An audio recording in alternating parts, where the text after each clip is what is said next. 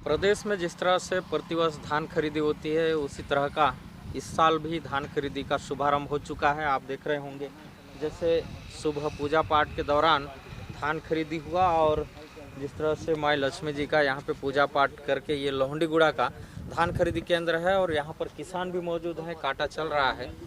आज हालांकि शुरुआती दिन होने के वास्ते जो टोकन है वो भी सिंगल व्यक्ति का था, किसी एक व्यक्ति का था जिसके हाथों शुभारंभ किया गया। और प्रदेश में बहुत सारे जो खरीदी केंद्र है, उपार्जन केंद्र है, सभी में आज धान खरीदी शुरू हुई। आपको जानकारी के लिए बता दूं, बस्तर ही नहीं पूरे छत्तीसगढ़ के सभी खरीदी केंद्र के जो लेम्स प्रबंधक हैं, सहकारी कर्मचारियों का जो संगठन का जो हड़ताल चल रहा था 4 सूत्रीय मांगों को लेकर, उसमें जो 2 सूत्रीय मांग है धान की उठाव और जो इनका कमीशन बचा था उस पर शायद सरकार ने तत्काल हरी झंडी दे दिया और आदेश भी दिया। लेकिन जिस तरह से आज 2 सूत्रीय मांग जो बचा हुआ है वो भी खरीदी समितियों ये जो सहकारी कर्मचारी हैं इनके संशय में है कि सरकार उसे भी जल्द पूरा कर दे। मगर आज आप देखेंगे जिस तरह से 14 नवंबर है, आज पूरा प्रदेश, पूरा भारत बाल दिवस बना रहा है, चाइल्ड डे बना रहा है और आज धान खरीदी का भी शुभारंभ हो गया। आप देखेंगे जिस तरह से धान खरीदी में ये जो बोरियों का तौल चल रहा है, आज से पूरे प्रदेश में सिस्टमेटिक ढंग से चलेगा। जो जितना भर्ती करने का होगा वो होगा। और सबसे बड़ी बात आपको बता दूं, प्रदेश सरकार इस बार 3100 रुपये किसान को देने वाली है।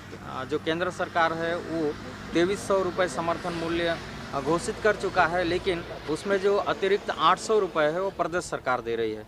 आपको एक बात और जानकारी के लिए बता दूं, इस बार 72 घंटे में, किसानों के लिए सबसे बड़ी बात है, 72 घंटे में धान का जो समर्थन मूल्य है वो सीधा किसानों के खाते में जमा होगा। इसलिए किसानों से भी हमारे बस्तर संदेश न्यूज़ चैनल के माध्यम से अपील है, जितने भी किसान हैं अगर उनकी धान कटाई हो चुकी है तो समय से पहले जो खरीदी केंद्र है, लेम्स है, वहाँ पे पहुँचाएंगे और धान को समय सीमा में बेचेंगे, क्योंकि बाद में कहीं ना कहीं बोरियों का दिक्कत होता है तो कहीं ना कहीं खाते में भी राशि थोड़ी सी लेट से डलती है किसी कारणवश, चाहे वो सर्वर के चलते हो या फिर अन्य कारण हो सकते हैं। मगर आज जो 14 नवंबर है, आज से धान खरीदी शुरू हो चुकी है। आप देख रहे होंगे जिस तरह से धान का तौल चल रहा है। किसान से भी बात कर लेते हैं, क्या उनके जानकारी में है कि इस सत्र में जो शायद सरकार है वो धान की जो समर्थन राशि है वो कितने दे रही है। दादा बताएंगे आप थोड़ा सा। क्या नाम है आपका? रूपचंद। अच्छा, कितने का टोकन कटा था? 24 कुंटल। 24 कुंटल का। आपको पता है धान का जो समर्थन मूल्य है कितना है? 3100 है। कैसा लग रहा है शायद सरकार का नियम? ठीक है। अच्छा, तो ये किसान थे रूपचंद जी, जो लोहंडीगुड़ा यहाँ से हैं, लोहंडीगुड़ा के किसान हैं और ये लोहंडीगुड़ा का खरीदी केंद्र है। यहाँ मैनेजर भी है, इन लोग से भी पूछ लेते हैं आपकी जो मांग है वो सरकार ने कहाँ तक पूरा करने का घोषणा किया, आदेश दिया है? और ये बता, समिति बनाए हैं 2 ये का सरकार के द्वारा एक आप बताइए।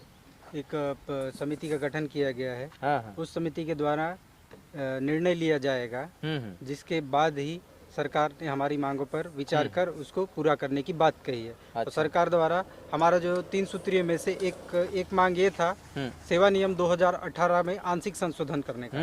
उसको माननीय मुख्यमंत्री जी से मुलाकात के बाद हमारे संघ के पदाधिकारियों ने मुलाकात की। उसके बाद उन्होंने आश्वासन दिया और 24 घंटे के भीतर माननीय पंजीयक महोदय के द्वारा आदेश जारी कर हमारा जो मांग था सेवा नियम 2018 में आंशिक संशोधन, उसको संशोधन करके हमें लिखित में वो प्राप्त हुआ। इससे हम आश्वस्त हुए और हमारे संघ के द्वारा हमारा जो आंदोलन जारी था तो दिनांक 12/11/2024 को हमने संघ के आदेश पर हमने हड़ताल समाप्त कर हम वापस खरीदी को वापस हुए और हम आज पूरी तैयारी के साथ धान की खरीदी प्रारंभ कर चुके हैं। हर साल उठाव की समस्या बने रहती है, धान खरीदा जाता है और वो धान सीधा अप्रैल मई में उठता है, तो इस बार क्या आश्वासन मिला है?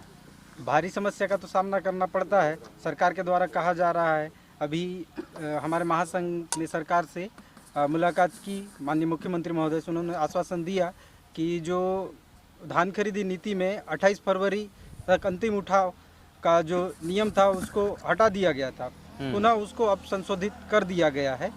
एवं जो 28 फरवरी के बाद जो उठाव में जो सुखद आएगा उसको खाद्य विभाग के द्वारा एक प्रस्ताव बनाकर सरकार को भेजा जाएगा।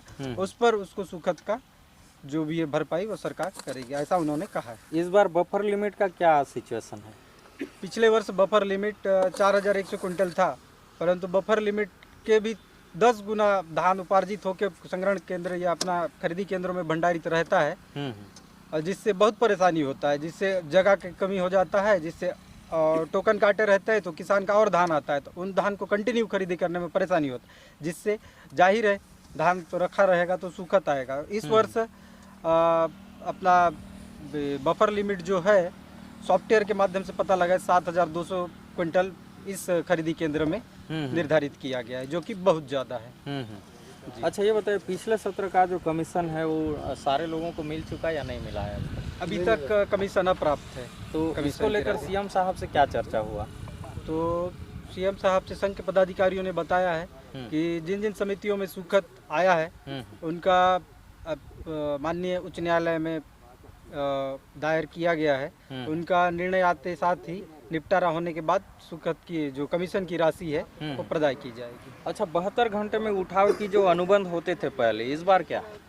72 घंटे का अनुबंध इस बार भी, परंतु अभी तक से वो अनुबंध हमें अप्राप्त है। उस अनुबंध में त्रिपक्षीय अनुबंध होता है, एक जिला विपणन अधिकारी और जिला सहकारी केंद्रीय बैंक और समिति प्रबंधक के तीनों के मध्य ये अपना अनुबंध होता है। उस अनुबंध में हस्ताक्षर में ही धान खरीदी किया जाता है, परंतु इस वर्ष अभी तक से अनुबंध अप्राप्त है। तो आपका एक बार परिचय बताएंगे? मेरा नाम अमृतलाल सेठिया है। मैं इस समिति में लिपिक सह कंप्यूटर ऑपरेटर के पद पर पदस्थ हूँ। आपकी समिति का नाम क्या है? हमारी समिति का नाम है आदिम जाति सेवा सहकारी समिति मर्यादित लोहंडीगुड़ा। तो अभी जो शायद सरकार ने आप लोग को आश्वासन दिया है, आप कहाँ तक संतुष्ट हैं? अब आश्वासन पे ही अब यकीन भरोसा किया जा सकता है, क्योंकि उन्होंने हमारी एक मांग को पूरा किया और जो उनकी उच्च स्तरीय जो समिति गठित है उनका भरोसा दिलाया है उन्होंने। निश्चित ही जल्द ही वो कमेटी निर्णय लेकर हमारे पक्ष में निर्णय लेगी और हमारा मांग पूरा होगा। इस बार जिस तरह से 72 घंटे में उठाव की जो प्रक्रिया रहती है अनुबंध में, इस बार वो लागू नहीं हुई है, तो 72 घंटे से लेट होती है। जैसे 28 फरवरी तक उठाव होगी तो आपको यानी किस तरह का भरपाई करना पड़ सकता है? धान में सुखत आएगी कि नहीं आएगी? सुखद तो आएगी साहब।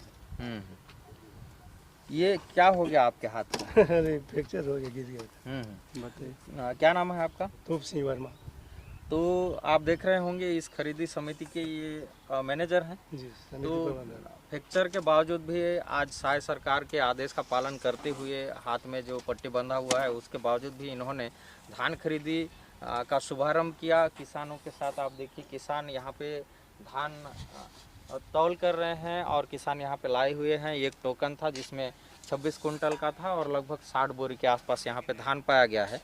और सुचारू रूप से जिस तरह से लोहंडीगुड़ा में धान खरीदी चल रही है, ये प्रदेश में सबसे अच्छी खबर है कि इस बार जो धान खरीदी कई जगह तो ओपनिंग नहीं हो पाया है, लेकिन लोहंडीगुड़ा में आप देखेंगे धान खरीदी का सिलसिला बस्तर कलेक्टर के निर्देश अनुसार और सीएम साहब के आदेश अनुसार बिल्कुल जारी है। आगे आपको और दिखाएंगे कि किस तरह से इस बार की खरीदी बरकरार रहेगी, किस तरह का इस बार खरीदी होगा और क्या 72 घंटे में जो किसान को राशि डलने वाली है वो बराबर डल पाएगी। आप देख रहे हैं बस्तर संदेश और मैं कार्तिक कश्यप, लोहंडीगुड़ा से।